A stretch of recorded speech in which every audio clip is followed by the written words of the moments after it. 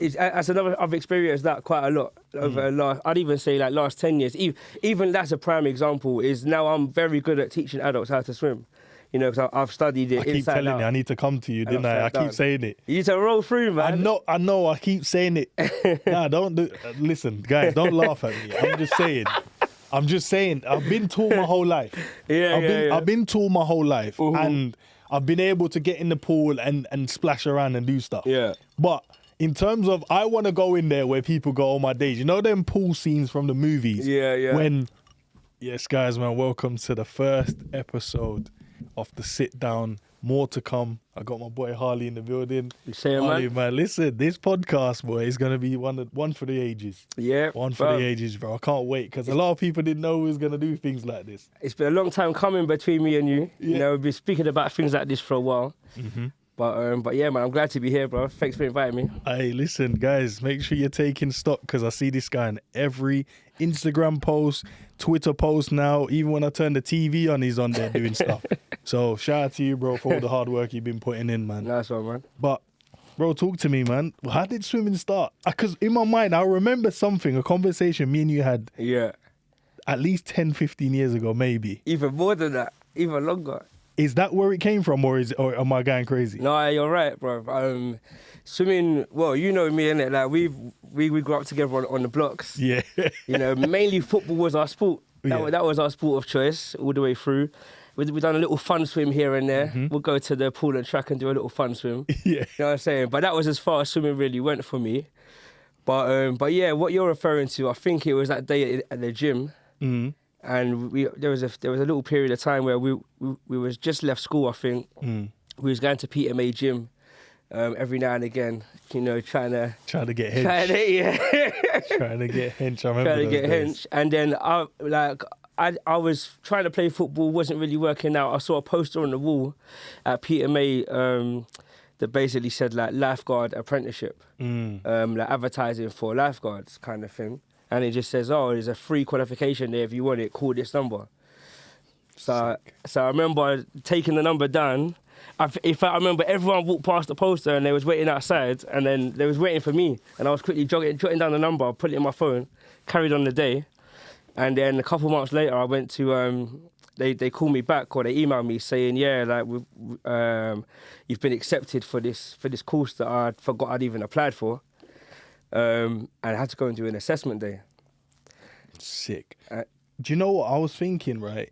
Do you remember that conversation? I think we were standing outside the block. For those that are listening, yeah, I ain't going to tell you what block, but it was a block, innit? And we was outside and we was having a conversation. I remember it was about an hour and a half. And I remember us talking about life. And I think that's when you mentioned to me about thinking about doing this apprenticeship, about swimming. We were standing outside, so you're one. Obviously, we lived in the same one, innit? But your side, we're standing on the car park. And I remember us just chopping it up. And you was like, I don't know if this is the thing I wanted. I remember that. You go, I don't think this is what I want to go and do. And then I was like, nah, trust. Yeah. Trust, you got to go and do it. Because it wasn't your lane, you're right. Because football was our thing, innit? We wanted to be professionals at one point. And we didn't get there, but... Yeah, no, it was different. And I think by that time, I had been to the assessment day.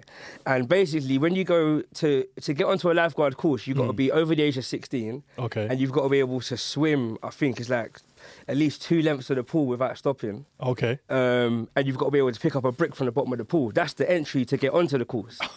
Right? So I thought, no problem. Like, we used to play wrestling in the water. Do you know, like, it was in the shallow end. Yeah. But we used to play wrestling in the water. We used to go on the fun swim at pool and track. But I hadn't been swimming for years. So I thought, no problem. I went to the assessment day. It was all the way in Eltham Leisure Centre. Okay. Which is the other side of the Blackwall Tunnel. Right? So it's a mission to get there. I've turned up now. The guy said, right, just swim from this side to the other side. He said, just do 1 length. I've gone, yeah, no problem. Jumped in. Bruv, I'm halfway down the pool now, and I'm going, and I was struggling to get to the other side, and I'm thinking, how can it be that hard? Yeah. So anyway, I've regained my confidence. I've managed to get to the end, and then he's told me to get out, and he said, look, I can see that you can swim, but you ain't been in the pool for a long time, have you? I said, no, to be honest, last time I was in the pool was probably when I was 14, when we was fun swims. So he said, look, I can see you can swim, but before you go on the lifeguard course, if I'm going to put you forward for it, you better start swimming 3 times a week just to get your fitness back up in the water. Which also didn't make sense because me and you, we were like the fittest boys in Walthamstow. Yeah. Do you know that? Running, football for hours. Yeah. Did athletics, sprinting, test all day long. Finished it. Yeah. But anyway, that's when me and you had that conversation. And I ended up going for it. I took myself to the pool, done some extra training by myself. Sick. Got onto the course, passed the course, and then the rest is from there. Bro, it's crazy because obviously a lot of people wouldn't know, but I saw the podcast he was on. Was it a live podcast, wasn't it? And he was on there with like Mrs. England and a few other people. That's I'm a like, recent one, yeah. Bro, you're doing amazing stuff, man. And that's what I wanted to kind of highlight in terms of there's a lot of things that we're all doing in our lives, right? And sometimes I feel like we don't get enough recognition. Not to say that you need a pat on the back and saying well done. Sure. But especially when I know how we grew up and the struggles we had to go through, and there's a lot of things obviously we ain't gonna share, but there's stuff that we've had to kind of, like hurdles we had to jump across. Yeah. And then just to see like you doing as well as you are, bro. Yeah. And I swear, I'm so proud, bro. I swear that I'm so proud. Thank you. But yeah, now you're one of the big boy coaches. What's the so my question is what separates these athletes? Because I'm seeing now you've even got a class now. I've got so I'm now like 15 years into swim teaching and coaching. The whole lifeguard thing I only done for about 2 years, and then I went into swim teaching and swim coaching after that. And that's kind of what's got me to where I am now. And I've been head coach of Waltham Forest Swimming Club for the last 7 years, which was also nice for me as well because that's my ends. Yeah. It's very rare you get to like almost the top of your game and you're able to facilitate that within your hood, community, within your ends that you grew up in. Mm-hmm. So I done my kind of like my building blocks to becoming a better coach as time went on. And then an opportunity came at Waltham Forest Swimming Club and I jumped on it and I've been running that club for the last 8 years. I just left there last month because I've set up my own programme called LDN Swim, London Swim. And that's the new thing now that you're probably talking about. Yeah, because I see, I think it was on your Instagram story. Yeah, that's right. I was like, so this guy is now teaching the future athletes now, bro, just out here doing bits and pieces. Because I even seen, because you train a lot of them that go away and do competition, am I right in saying that? Yeah. How's that? So I've got like for over the last 4 years, I've had multiple swimmers in the top 10 in the UK for their age group. I had one recently in the top 6, and I've had a few make like we in swimming. There's how it's kind of structured is you have county level, you have like a local level, county level, regional level, which is like London, and then national to be the best in England, the best in the UK. So I've had like 16 swimmers in the last 4 years operate at national level. So they're fighting it out to be the best in the country, best in the UK. So yeah, it's been interesting for me because it wasn't something that I came from, but I've been able to use a lot of the things that we learned on the block, things that we learned growing up, ways to come over, obstacles that that we came over to use in my coaching and my training that a lot of other coaches won't have because they ain't been through it. Nah, it's crazy because I was thinking that because I do a little bit of football coaching myself. Yeah. And I always there's certain things, the intensity that I had as a kid growing up, the intensity from the coaches I've been able to, had the experience of learning from. Yeah. And I'm just like, I bring this to these guys and sometimes they might be like, oh, my coach is a bit mad. Like, do you have that moment when they're like, yo, my coach is kind of crazy? Or well, I think like I try to tone it based on the individual who can take certain things, who can't. Sometimes I have with some of my older boys, I've taken them to the side and we're almost having beef in the corridor. Yeah. Right, they're like 16, 15, they 16. think they're the guys, isn't right? it? But for them it's probably what we needed at some point, like that kind of level. And then with others, that tough love. Yeah, do you know what I'm saying, right? And they're looking at me like, brother, is this guy about to hit me? Like, but obviously not. But it works for them. It's worked for them. They've gone high level. They're doing well. And then with others, I try and treat them slightly differently because you also, experience another lesson from the block. There were some kids on the block that couldn't take that life, couldn't take, and it still affects them to this day. So almost in my coaching as well, I understand when not to be like that. with certain people. Do you know what I'm saying? Nah, you're right, because even that, there's a lot of the kids. Obviously, I don't live in there no more. So there's the kids that I'm coaching now. They're from a different lifestyle, easier upbringing. I would use. And so there's certain things, methods that they be like, I have to tailor it, because I'm like, they've never been used to certain things. You know, that hunger, that desire to be the best. I'm not saying you can't have that without growing up the way we grew up, but there's something, there's like a fire in you when you grow up the way. You have to have it. If not, you have to gain it from the coaches and go, and that moment when it clicks and you go, nice. That's okay. This is why he wants me to be this intense. No, you're right, man. I truly believe that as well. For me, I look at it like there's different levels of hunger, right? And it ain't, there's some deviation on your starting point, but I don't think the deviation can be that great. Right. So you know, if you're born with no fire for whatever reason, I don't think I can put fire into you. You know, I can't put a significant amount of fire to make you want to be the best in the country. If there's no spark there to begin with, you know, if there's half a spark, I can guide more of a spark, and then, do you know what I'm saying? Yeah, I'm with you. So it's an interesting thing, all of that, and what you do find is, it's like in the sport of boxing, you don't find a lot of boxers at the top level that haven't come from some sort of hardship, and there's a reason for that. Like in my first couple of years as a swim teacher, I was actually learning from a guy on poolside. He was like a more senior teacher, right? And he was doing an adult swimming lesson, and there was some hench black guy trying to swim in it, right? In the swimming lesson, right? And the swim teacher I was learning from was like a middle-aged white guy. He was a nice guy. He's not a malicious person or anything like that, yeah. So I'm observing the lesson, I'm learning, I'm saying how comes. I'm really trying to learn. I'm taking it seriously now. Yeah. So I'm asking him questions about this adult lesson and this guy, and he turned around and said to me, "Well, to be honest, I don't know why this guy keeps turning up, because we all know black people can't swim, right?" And I was like, "What?" I was like, "This is the guy who's training me, right?"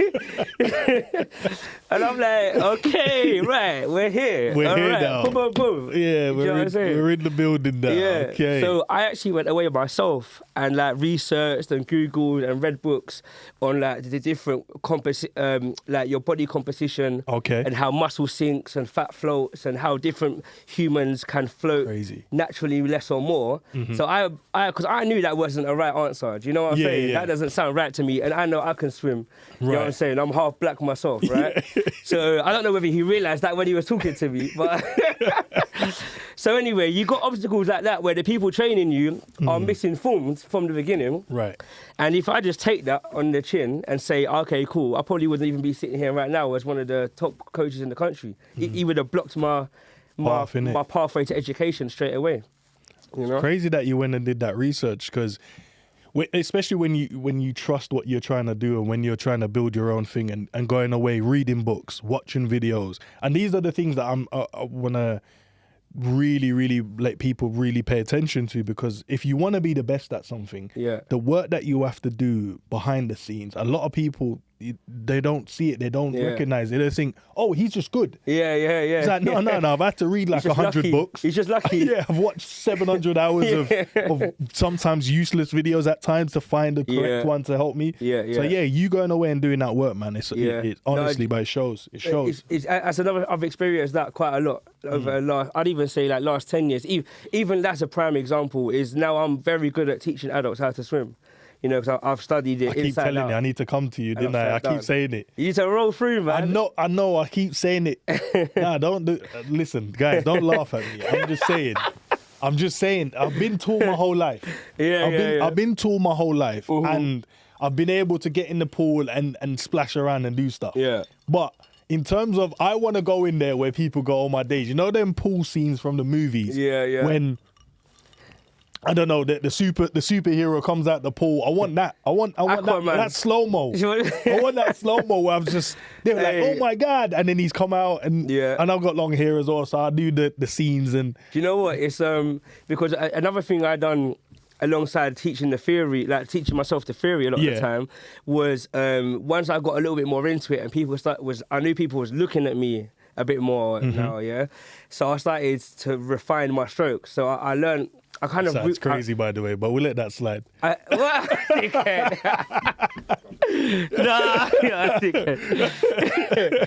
No, so obviously there's 4 strokes in swimming: front, back, breaststroke, and butterfly. Yeah, right. And I could swim front and back, you know, right.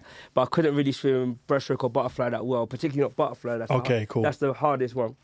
But I thought, right, if I'm going to take this seriously, some of the kids are going to ask me for demonstration. Yeah, that's true. Right? Now, a lot of the swim teachers, if you go to leisure centres, most swim teachers don't get in, and most swim teachers don't demonstrate themselves. They do what we call visual demonstrations on the pool side.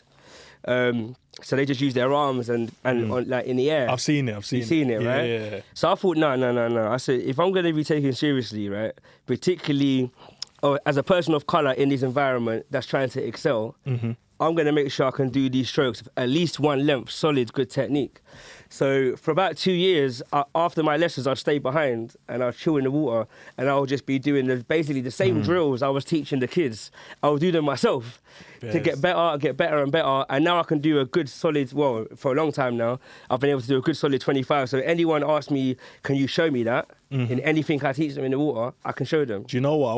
I want to bring that to football as well, because it's a similar thing that I've found in coaching football. Yeah. So that's the craziest part, because there's times when they go, oh yeah, you want to demonstrate it, but you can't do it. So I'll be like, oh, that shot was poor, and then you go, whoa, show me the gap. Go ahead, Show me, coach. Let me top see. bins. And then you can't hit the top corner, or you can't. You're missing the target. Yeah. You can't demonstrate. Yeah. Sometimes as a student, I'm like, I don't know if this guy is telling me what he thinks he knows. Maybe he's just saying stuff.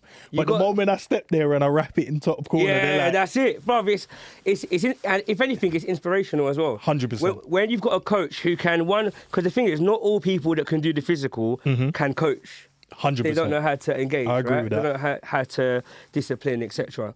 But if you've got somebody who can coach, communicate, engage, motivate, if you can do all of that and you can wrap it top bins, then you're like a god. Yeah, I've seen the way they've looked at me sometimes when I've done stuff like on my days. Yeah.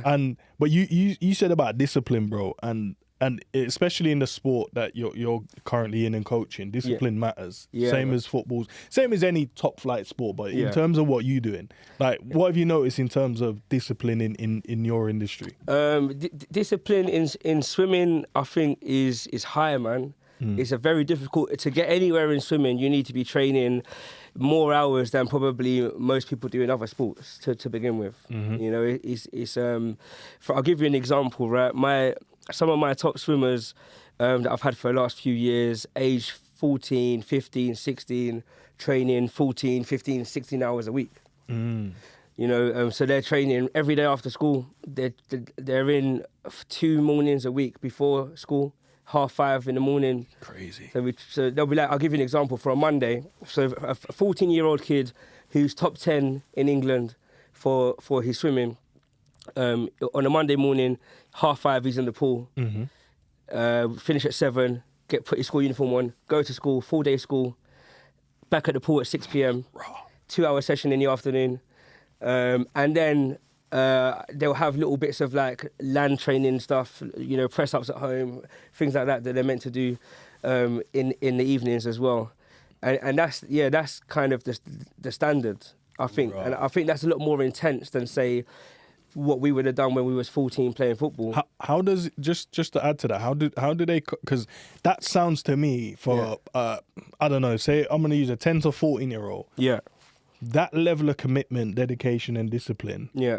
When do they have that mental... Because I know a lot of things, especially with the young age. I know we probably have gone through a lot of stuff mentally, or the mental health side of it, but we've kind of just pushed through to try and find our way without really understanding the things that we actually went through. It was crazy. So looking at that now, you've told me, like, they got to do this 2 hours, then they go school, then they have to come back. And I'm like, how do they balance?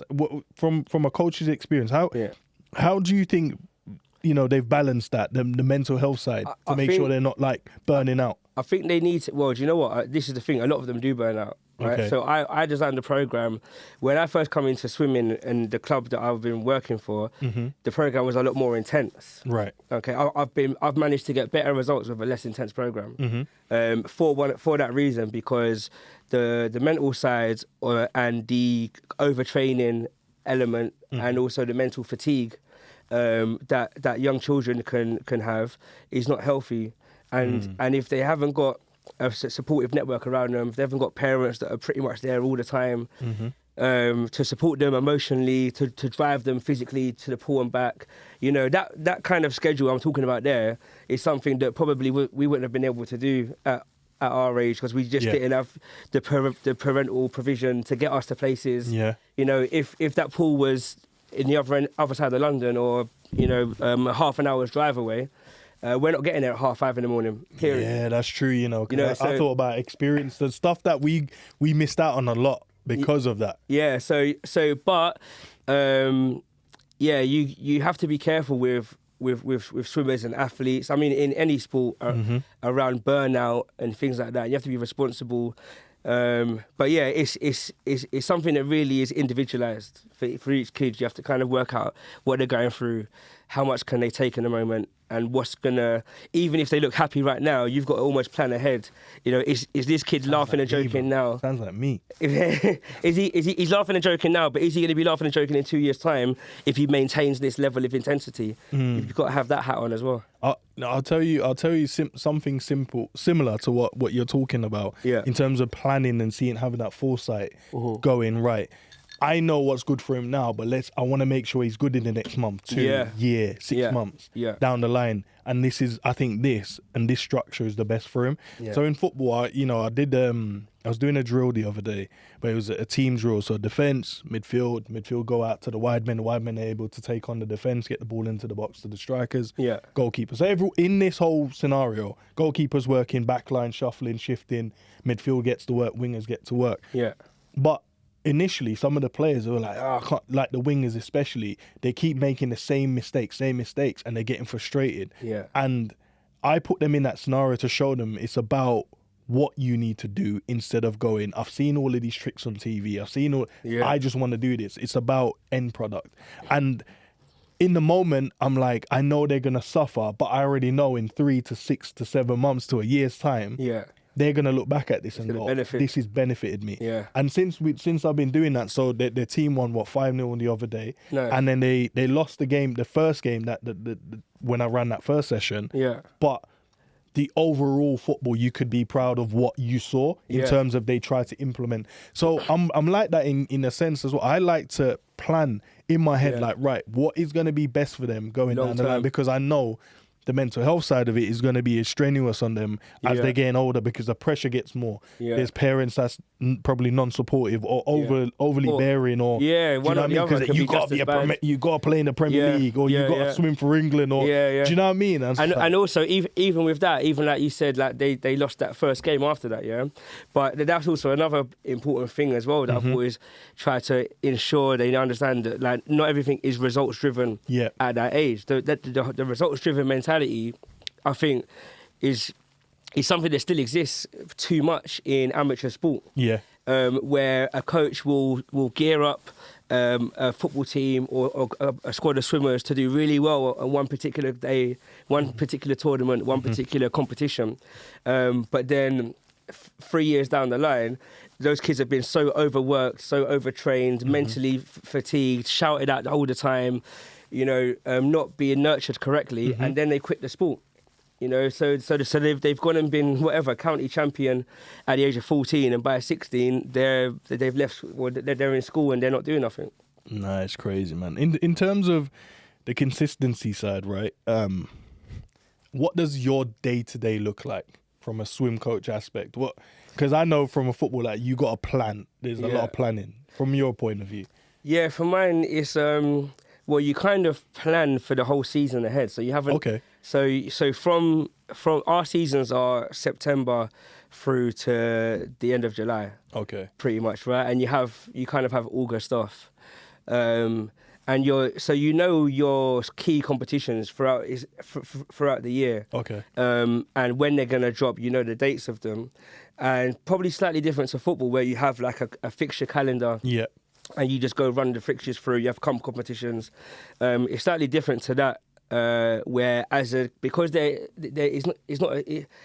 go to competitions as teams, but it's an individual sport, right?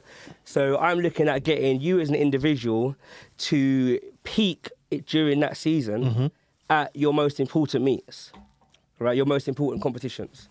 So, for example, if you're, as I was talking about earlier, if you're a national level swimmer, you'll have a national event in December and a national event in July, right? So I know those are your two most important competition days of the year. So I need to then back plan all of my training so that you are peaking on that day, ready to fire in December for them nationals, and then also for the nationals in July. And I also need to make sure that you're reasonably trained and ready to compete at various other comps in between. So you kind of plan a year in advance, but it's different coaches do it different ways. I'm not that rigid on my planning because I like to tailor. You know, I will change something within a second if I need to. Right. Some coaches like to plan things, you know, a month in advance and just stick to it and trust the process, whereas I will move things around if I need to. But there's different ways of doing things.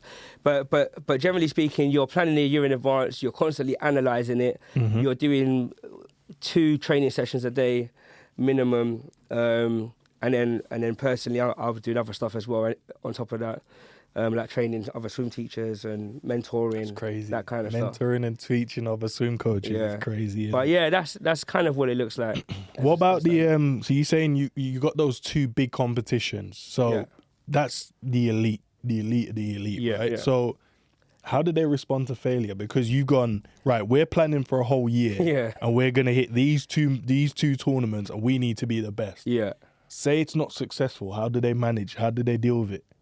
That's when the carnage starts. That's when it all goes. No, it's a whole. This is why it's a whole holistic process of nurturing the athlete, right? Right. And a lot of this comes down to their drive home, you know, their car journey home, how supportive their parents are, how overbearing parents can be possibly, and how much influence external factors have on them.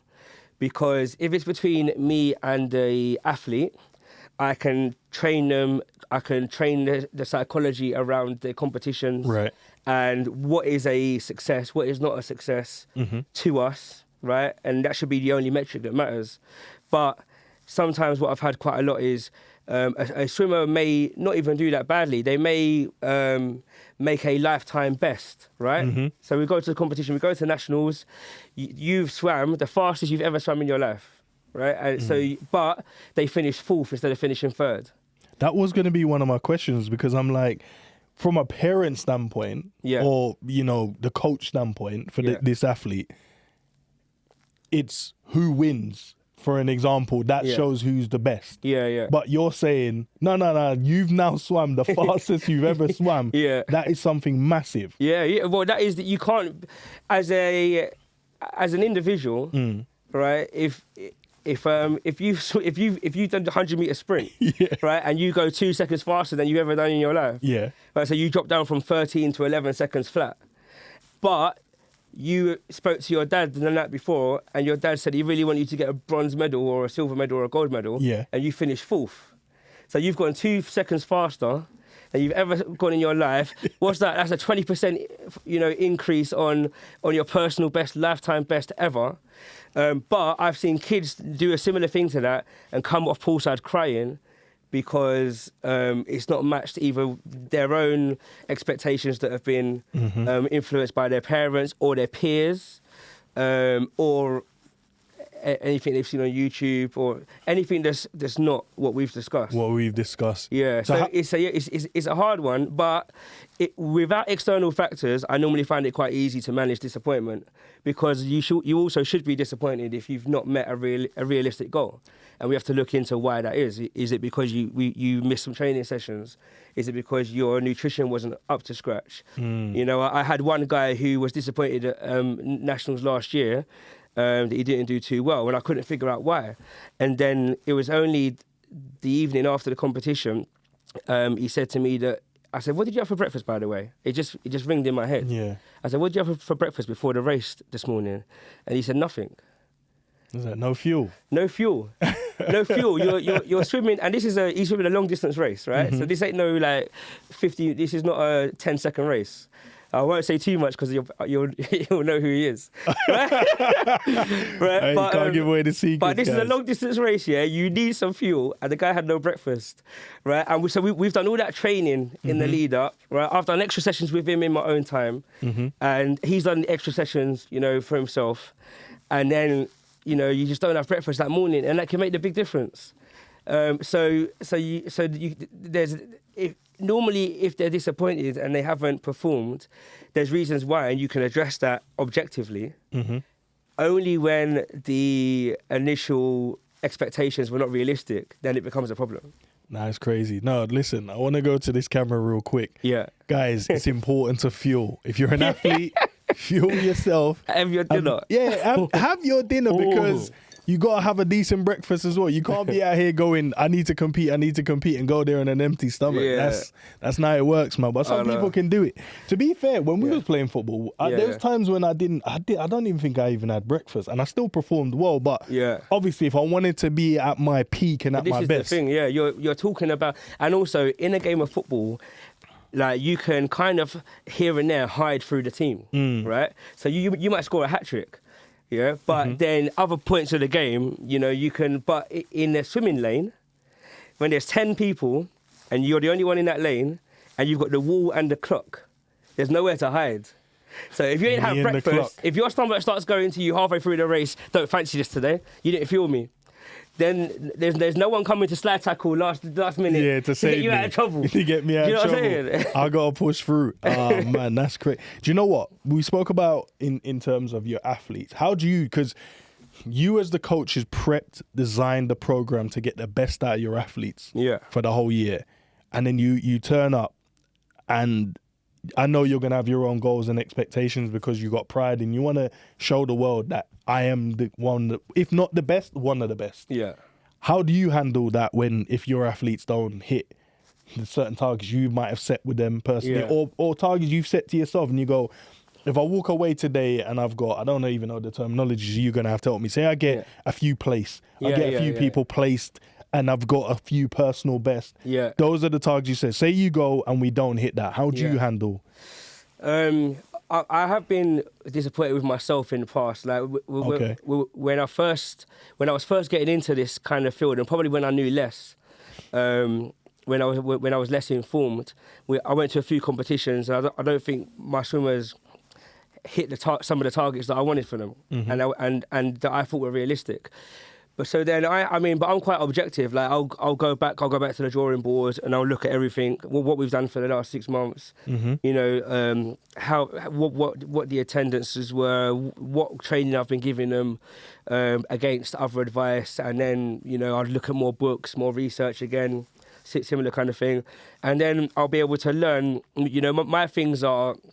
I don't stay emotional for too long. Okay. I keep it objective, and then we go back to the drawing board, and then we're straight back in and we go again. And to be honest, if you look at the program, and if you look at, like, I'm referring to about 4 or 5 years ago, when the last time I was really disappointed of a major competition.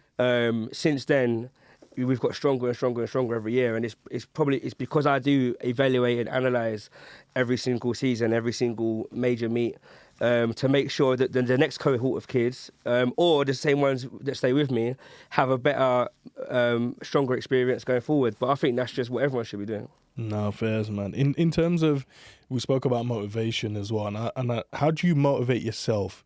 because then in turn you got to be so motivated to then show your students, right, or give them that motivation as well. So what's the thing that you do personally where you're like, I'm going in, this is how I'm going to be today, bang, and then we go and I give that energy to them? Yeah.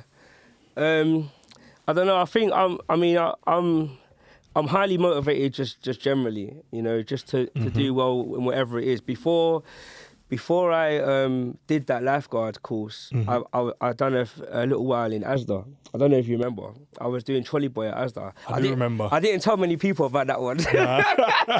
Right? Hey, we all need a job though, innit? We all need a job. No, but I was doing trolley boy in Asda. But when I tell you, well, like, I took pride in being the best trolley boy. I do as so well. like I'd see how fast I could get all the trolleys in one go, right? And then I'd go and chill for an hour. That's why I get scratches on my car sometimes. You know them guys? No, I've seen some guys. They've got like I'm like, bro, you can't control. Hey, I got in trouble for that. I got in trouble for that. You can't but I hit a Range Rover Sport with like I was at I don't even know as the Southgate, right? Yeah. As the Southgate, if you've been there before, it's on a hill. Right, so literally, this is the guy. If you got a Range Rover Sport, this is the guy. And as the Southgate as well, it's quite an affluent area. So, unlike the Asda in our ends, in the car park, you're basically getting Porsches, Range Rovers, top-end Mercedes, like just boom, boom, boom, boom, boom, boom. There's no Ford Fiestas in the car park. But anyway, I used to like that. I used to like looking at all the cars. But I also used to challenge myself sometimes, right? So I'd stack up, and there was a rule. It wasn't allowed to have more than 8 trolleys at a time. I think. I think that was the rule. And even then, you're meant to have some sort of elastic band thing. To keep it, so you can guide it. Yeah, but we didn't have that, right? So I've gone like 20, maybe 22 trolleys all in a row now, yeah? And I've tried to push them up as the Southgate Hill, and I've lost the front end. The front end is completely like 10 trolleys have just separated, right, and started going, right. And I can't let these go because they're going to go back down the hill, and I could just see this going towards a Range Rover Sport. And so this Greek guy, got out of the car and said, "What are you doing, man?" And I was like, I knew I was in the wrong, obviously. But I was like, don't shout at me, bro. Because obviously them times we're still like, from the ends. Right. I'm like, but I knew I was in the wrong, and he was just looking, he was screwing. Nah, that's crazy. I think he made a complaint. I would have as well, bro. I ain't even gonna lie, friends or not. But it was stick to 8. But stick to 8. Yeah. But it's because whatever I choose to do, I just want to be the best at it. Right? So my motivation never really goes down, and that rubs off on anyone that's around me. Fairs. Right. How do you, we speak about the motivational side, but how do you help with when people doubt themselves? Because especially at the the young ages, I think when you get to certain ages, sometimes you're gonna self-motivate, but sometimes as a young athlete learning the sport, becoming and understanding there's pressures to do with this, there's always that little doubt because you're hearing outside noise. There's maybe people in the class doing better than I am, and you're like, how do you manage that if any of your students are struggling with that?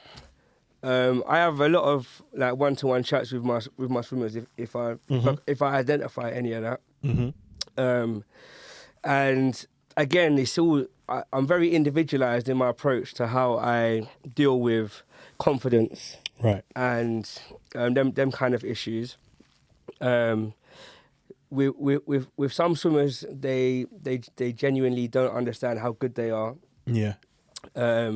Or they get too hung up on the wrong metrics. Like who's swimming first in the lane. Like for example, I might give you a training session where I've got my top 6 swimmers in a lane. They're all going off their own individual time, so it doesn't really matter, and they're all going 10 seconds apart, and they're all going against the clock. But they've all got their own training program. It doesn't really matter who's at the front or who's last in the lane, right? Because they're all getting out of the session exactly what I want them to get out of the session. Yeah. But there's this whole, like in swimming, and I suppose it's like, maybe other sports have it, like whoever's first, like first in line for lunch queue. People really want to be first in the queue, and some of my swimmers just get really hung up on things like who's going first in the lane. And then it knocks their confidence if they're not going first, and little things like that. Is it because of the numbering system? Because we have a lot of that, don't we? So you got first place, second. So in their mind, they're like, even though it has nothing to do, we're not racing. As you said, that's my own personal training program I'm doing. So I'm going to be going at this time because this is what I need to work on. But in their mind, they're like, oh, but he might be, you know, it might be his favorite. And you're like, no, he's just going first because, but I think it's because of all of these numbers and they've been taught like, oh, you have to be the best. If you're not the best, you're not no one. And also as well, I've heard through the grapevine and some swimmers have told me, like even their parents would tell them, make sure you're at the front of the lane for the, you know, the next training session. It's like, but that has nothing to do with... Yeah, that part of it. I mean, like in some training sets, it's beneficial and it will be the fastest ones at the front. Yeah. Right? Because otherwise people are going to catch up and it all gets messy. Yeah. But in other training sessions, it's not important at all. And not understanding the difference between those two things it coincides with confidence issues and not understanding themselves as a swimmer and what they should be worrying about and not. So I try to educate the athletes on what really matters in life. Yeah, not just, you know, what matters in life, what matters in the lane, what matters in this training session as opposed to that training session, and then as opposed to a real race. You know, so it's educating them and getting them to understand that. But they've got to really trust in you and believe in you, otherwise they think you're just talking crap. It's mad, you know, because as you're speaking, bro, you're doing the swim side, I'm doing the football side. But as you're speaking, I'm just like, this is exactly how I am. And trying to give them life lessons as well as coaching them. That's it, man. That's it. You know, little things like, I don't know, you know, like some of the silly stuff that, you know, oh, he's looking at me the wrong way, or she said this about my swimming, or he said that. And I'm like, listen, you lot are all top 20 in the country in this lane. Why are you worried? Just chill out. Yeah, relax. Bro, you're focusing on the wrong thing here. Do you know what I'm saying? Like, you're spending too much time on this stuff. Imagine being the top 20 in the country at anything. Yeah, I trust me, man. It's... Do you know how crazy it is, like top 20 or top 10 or top 5 in anything in the country, and sometimes they know that, oh, this is amazing in terms of what they're doing, or they're just do you know what, it's easy in the moment to not know, right? Or it's easy to not remember where you've come from. It's another thing. It's like, you know, I'll always be grateful, you know, things that we spoke about before, you know, like our start in life, what some of our friends, our peers are doing, have done, as opposed to like what I'm afforded the opportunity to help kids, you know, support them at a high level in sport. And I always remind myself of where I've come from to where I am now, and I'm always happy with. It always makes me happy that I'm able to do this, right? But I've seen some kids that maybe 3-4 years ago couldn't really swim. And now they're top 20, top 50 in the country, but in that moment it ain't good enough. They want to be the next one. They want to be the next one up. If they're 50, if they want to be 49th, which is good. I like the mentality, and I like motivated individuals. But you've also got to always remember where you've come from and appreciate what you're doing now. I want to look at the crossovers now, right? Yeah. So obviously the swimming side, and we spoke about the footballing side. But is there any crossovers where you go, this could benefit football coaches? Do you know what? I've seen a lot, probably the other way around. Okay. And a lot of the stuff I've carried a lot of football stuff into swimming, in terms of like football, you know, things that I was coached as a kid. I think like when I was at Dagenham and Redbridge, remember when me and Alfie was at Dagenham? Yeah, I remember. For a little while, right? And a lot of the training then was around being sport specific and position specific. So like I was a wing back, so I'd be doing lots of like wing back drills that I'll be doing within the game. Whereas when I first come into swimming, like pretty much everyone in the club I was at was doing the same drills and the same training, whether they was a sprinter or a long distance swimmer, or whether they done this stroke or that stroke, right? So I brought a lot of that stuff over that I'd been coached into football in terms of the philosophy of how I'm training swimmers. And we started to get a much wider spread of athletes excelling in multiple different events, multiple different distances, some sprint-based, some distance-based, because they're all receiving much more specialised training. Yeah, detailed, once they're ready for that. But the other way around, probably. I'm not sure really. I think I've never really thought about it. That's a good question. Because the way I look at it, some of the things that I've not struggled with, but it's trying, get that information across, because what I teach them is things that I know academy and the top level professional levels. That's what they're gonna get. Yeah. But for them, they don't see it. They find it boring because they're used to, I want to just play a match in training. I'm like, what you just said about the detail and specific, positional training. Yeah. If we're just playing a match and then my midfielder is playing in the defence, that's not where you're playing in the game. Yeah. So we have to do like what I spoke about earlier, the drill where the wide guys, the defence getting an actual opportunity for a whole hour, shifting and shuffling and scenarios that might come up within the session. They're like, I've dealt with this. So if it arises in a game, they're like, this happened in training, this is how we need to fix it, this is how we need to communicate. Like for one, the fullbacks who used to go out, so the fullbacks weren't allowed to go out to the wingers until they communicated and got the line across. So you couldn't just shoot out. And they did that first. Like my left back, he went out and I stopped it. And then he was like, why? I've closed him down. And I was like, what you don't realise is the moment you go without communicating with your left-sided centre-back, you've created a gap. Yeah. If the winger is smart, he's knocked it in 1-2, he's in behind you. Gone. Yeah. And trying to show him like, when we shuffle, we got to shuffle across as a unit instead of just the one. And I said, you could probably sprint out there. He's quite quick, he's aggressively strong. But you can go. But I'm saying the moment you play against someone that's going to be very, very smart, that will happen. And it's crazy because... And what I loved, in the exact same session, he did. So I've said to him, bro, you got to communicate there when you go. Yeah. When it was fine. And then there was one bit where it happened. And then I could see the light bulb moment. He communicated. He didn't. And it come in. Yeah, and he came in. He bounced it inside and got the 1-2. And they crossed it and they scored. Yeah. And then that moment I saw him go, damn, that's what he said to me. That's a big difference between swimming and football, because we're constantly putting messages through in swimming that you're only going to see whether it works or not a few months down the line when you're at your next big race. We can't then, you've just said something and then in the next drill, it's happened and he's been able to learn, that's happened. That's happened. Yeah, but because it's an individual sport and you're swimming up and down, there's not much variables in training. Right, there's not someone like knocking the ball 60 yards over the top and then you're not quite sure what's going to happen. Yeah. Right, so when we're delivering messages like that, it's very difficult because they can easily go, right, or they can't, or they can see it but they don't want to know it, or maybe they just don't believe it until 3 months later they don't excel at their next race, and then you can send them a recording of their race and go, look, that's what I was telling you in January, but by then you've wasted 3 months of your life. You know what I'm saying? Literally spent 3 months doing that. Yeah, that you're able to see the impact and the information of the detail of your coaching there and then. Yeah. Swimming, you got to wait 3 to 6 months to see exactly what I've told you. Does it come? You know what I'm saying? It's a long game, man. That is kind of crazy. It's a long game. Because as an athlete, and that shows for the swimmers, you have to stay switched on because you can't learn from a mistake quickly as a footballer can, where he goes, I've made that, and within 5 minutes I can go, change it.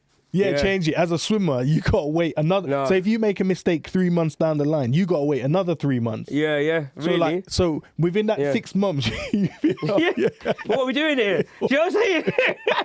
Like we're both looking at each other like parents are in the balcony going like that, right? And I'm going, I told him. I did. I've been telling him for 3 months. He didn't want to eat breakfast. Yeah. You know what I'm saying?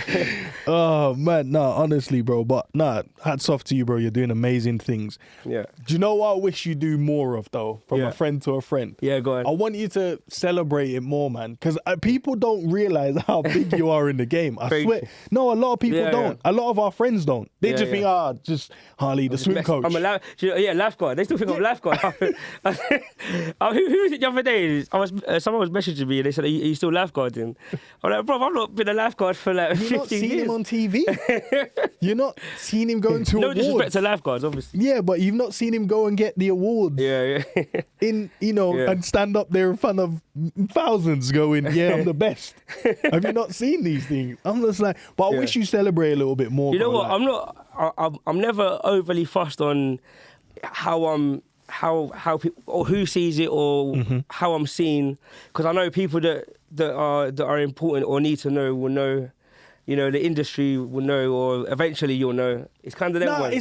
I get it, because we do the humble thing. The way we grew up, we was never arrogant. We was arrogant in terms of in the right way. Never like to, I'm better than you kind of conversation. It was more, I strive to be the best. Yeah, that's but it. when you're doing the amazing things that you're doing, sometimes you have to go and show the world that I'm doing more than what people think I'm doing. Yeah. And someone like me going through all my hardships, you can go and achieve great things as well. Yeah. And sometimes when you hold that back from people, they going, well, I don't know Harley's story. I don't know what he's. Yeah. So then they don't think they can't go and do the things that you've gone to it. You know what I mean? Because you kind of just, only the important people. Nah, there's plenty of people out there.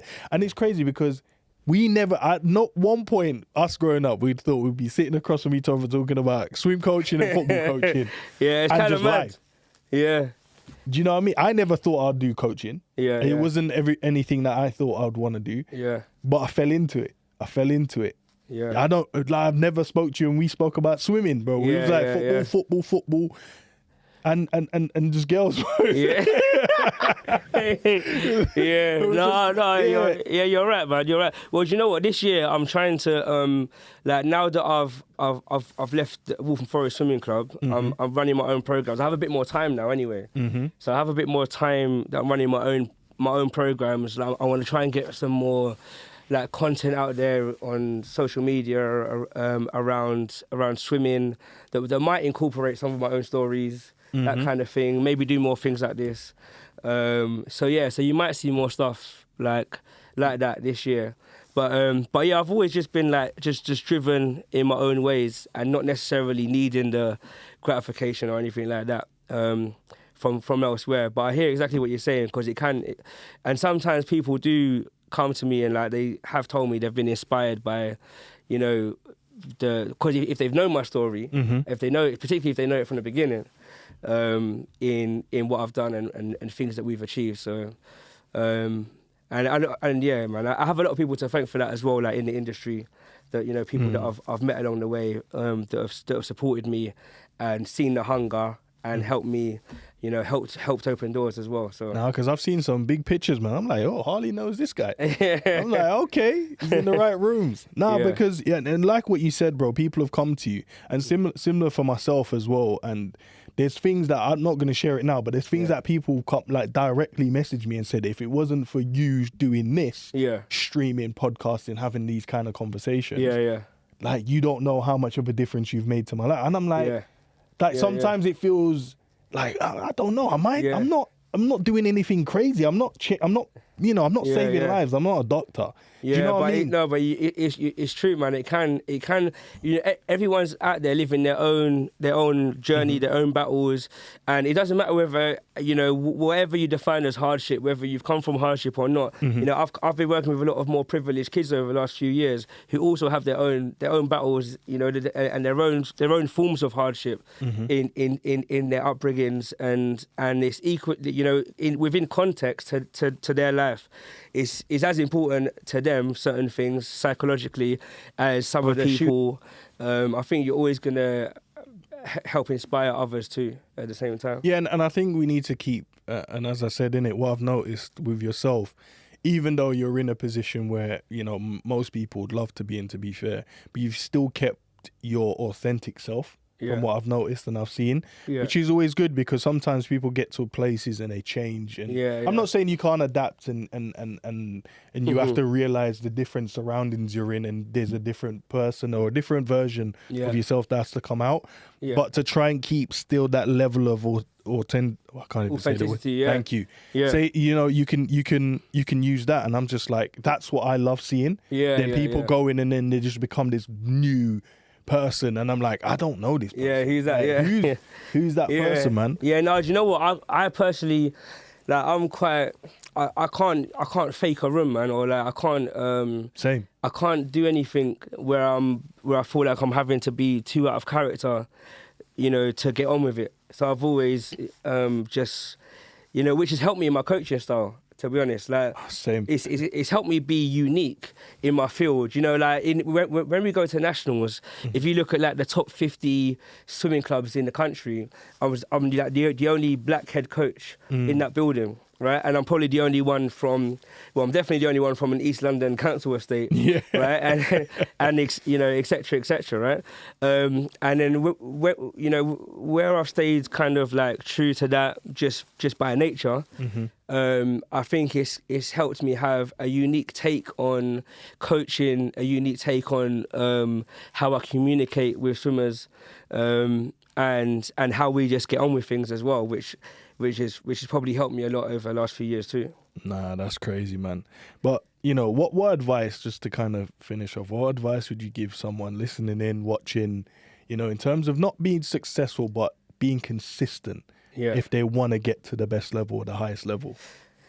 Do you know what? I'd say, like, always having goals. It sounds like quite cliche, but I've always done well. I've gone through periods of my life where I've kind of like struggled with what I want to do next, or like what's the next goal or what's the next achievement.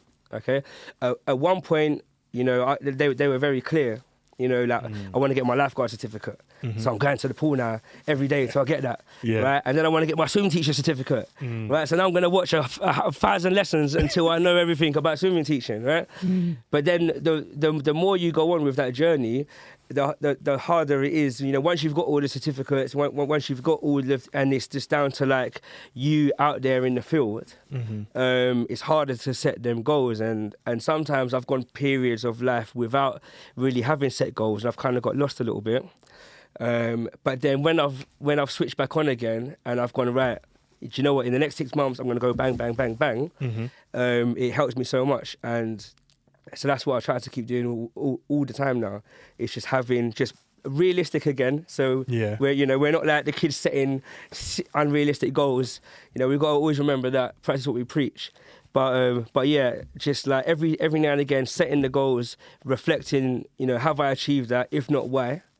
You know, and then it may be that it was unrealistic, we have to adjust it, or it might be that I've just been lazy. And then you just keep going again. So I still do that till now. I've got a list on my phone right now that I've got half ticked off at the moment, and the rest need to be done before the summer, before I go to Ibiza. Right, Harley, bro. Appreciate you coming in. Yes, brother. Great conversation. Nice one, man. But yeah, nice, amazing, man. And look, great to have the conversation, great to sit down. I haven't seen him for years, guys, by the way, so it's good to even see him now. I feel like we're back in your bedroom just playing PlayStation, bro. I swear that with Ishmael there as well. Big up Ishmael, man. Big up Nico as well. Hey, you already know what time it is. Yeah, man, no, 100%. Playing Pro Evo, trying to be the best. The big pot of rice in the kitchen. Yeah. Do you know it's crazy? With trying the tropical to edit... juice, some pride tropical juices. Bro, trying to edit these damn Pro Evo kits. As well, because we never remember we used to get the game early. And you never got the kit. Awesome games. And we had to go and edit every single kit to get. Hey, do you know what? My son's just started playing FIFA, yeah. Oh, sick. Right, and so he's 6 now. He's just got into it.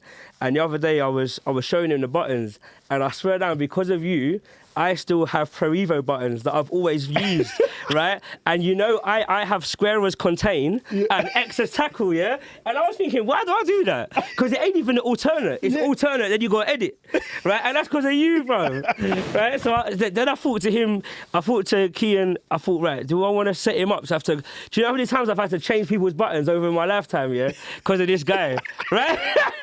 So I thought, no, let me let him play with the normal FIFA buttons, and I'll have my own little edit, you know, the save thing on the side. Save on the side. Yeah, I've got some digital buttons because of you, bro, and I can never get out of that habit. I told you, I was once the best at Pro. I was once he was decent, the king at FIFA as well at one point. Milan Barros! Milan Barros!